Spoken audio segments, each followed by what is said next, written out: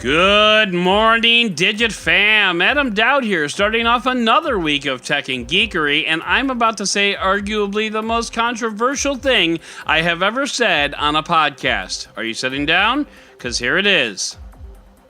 I didn't love Avengers Endgame. I mean, it's a good movie, and the last hour is freaking mind-blowingly awesome. But the 2 hours it took to get to that last hour, not so much. Now, I don't want to share more now because, spoilers. But if you want to chat, my DMs are open on Twitter. But for now, it is April 29th, 2019, and this is your Digit Daily. In light of Samsung's Fold foibles, we decided it was time to take a look at another similar device that is on its way this year, and fortunately, the internet agreed with us because over the weekend, new renders of Motorola's upcoming Razr foldable phone came out. Now, whether these are actual leaks or just renders made from a boatload of other leaks and patents and rumors out there, or whatever the case, Weibo had some photos of a phone that look really intriguing. I mean, this phone, for all intents and purposes, is a Moto Razr phone from the early 2000s. There's a huge chin on the bottom, and it's a folding clamshell that opens up into a full smartphone, which is an awesome idea if I do say so myself. Having something that small and presumably durable that can slip into a pocket would be a compelling piece of hardware.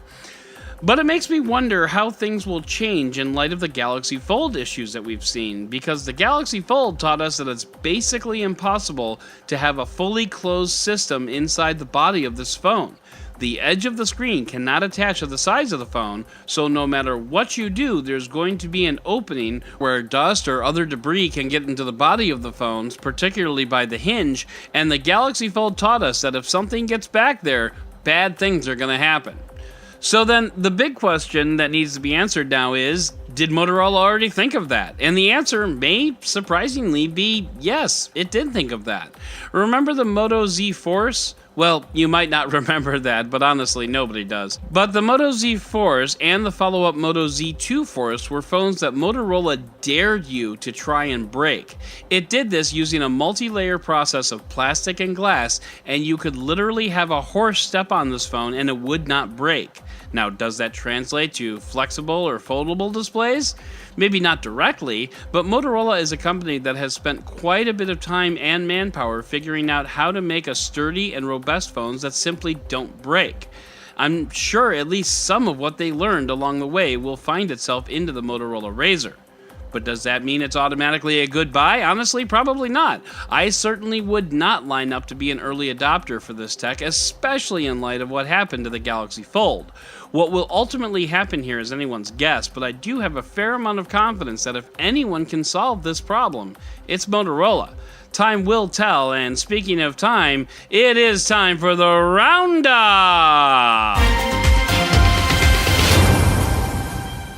Android authority C. Scott Brown writes, quote, "Now I know why people buy $350 headphones, and the answer is surprisingly not because they don't have a daughter in gymnastics. And when I think about the things that we could buy if not for gymnastics, things like $350 headphones, or a new car, or college, or small countries. But alas, anyway, we get back to the article, and Mr. C. Scott breaks down why his new pair of headphones sucked him into the audiophile vortex with alluring descriptions of the tunes that he tried out. He said it was like listening to music again for the first time. Good thing I listen to podcasts. $20 earbuds will do that just fine." A Redditor bought his 82-year-old Serbian grandmother an iPad and relates us the story of how things went. Long story short, surprisingly well. Between taking photos of her garden, texting, emojis, and Googling recipes, Grandma loves her new toy. Until it stopped charging and had to go to a repair shop. Then Grandma wanted to know how much a new iPad would cost because she had been without it for a few days and didn't want to be without it anymore. And Grandma, that might be exactly what's wrong with kids today. We give Facebook and Mark Zuckerberg a lot of crap on this podcast, so that's why I want to share this story of Zuck building his wife a sleep box so that she can get a good night's rest and know that it is not a box that Mark Zuckerberg puts his wife in every night. Here's the thing, having kids is hard, and sleeping through the night is hard when you're not sure what time it is and whether or not the kids are going to be awake soon. but checking your phone for the time can wake you up enough so that it's hard to fall back asleep. So the Zuckman built a box for his wife that turns on a very faint light between the hours of 6 a.m. and 7 a.m., which isn't enough to wake her, but enough to let her know that it's time to think about getting up, which, as he puts it as an engineer, is a great way to let her know that he loves her, which is sweet. Of course, then he required her to set up an account for the box, which he then sold to a Russian hacker, so, less sweet. Berkeley is coming for your coffee cups. No kidding. After trashing plastic bags at the grocery store, unless you live in the suburbs, of course, the University of Berkeley is now setting its sight on to-go coffee cups, and rightly so. Starbucks alone goes through 6 billion with a B coffee cups every year, and suddenly I'm glad I don't drink coffee. But how can to-go cups be better? More biodegradable? Less coffee? This is a problem that Dunkin' and Starbucks and McDonald's have been seeing on the horizon, but now it seems to be here. What will your coffee cup look like in 5 years? Mine will look the same. It'll be a can of Dr. Pepper. A new book takes a look at the gig economy and wonders if people are better off, and generally the answer is a resounding no. It's no secret that having secure, full-time employment is arguably the way better way to go. Doing side hustles here and there sound nice, but the reality is that a lot of these people are trading a little extra cash for bad options while on the job.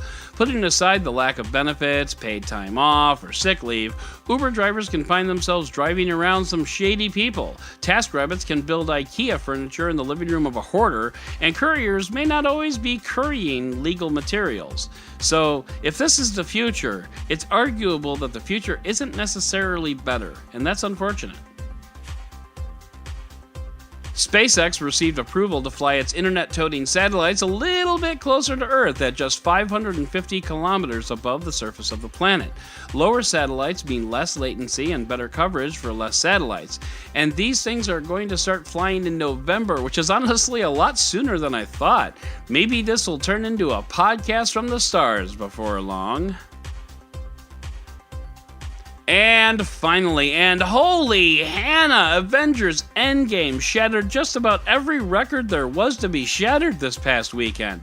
$350 million domestic, $859 million international, and $1.2 billion with a capital B and an exclamation point dollars overall in just this past weekend. And here's the scary and or mind-blowing part about this, depending on your perspective. On Sunday, Disney was expected to reach the break-even point, which means it'll have made up all the money it spent in making and advertising this movie. So that means that any money it makes from this point on is profit. And also, by extension, that means that Disney spent $1.2 billion making this thing, and holy crap! Seriously though, that last hour of the movie is one of the most impressive things I have ever seen on a big screen, which almost makes up for the first 2 hours.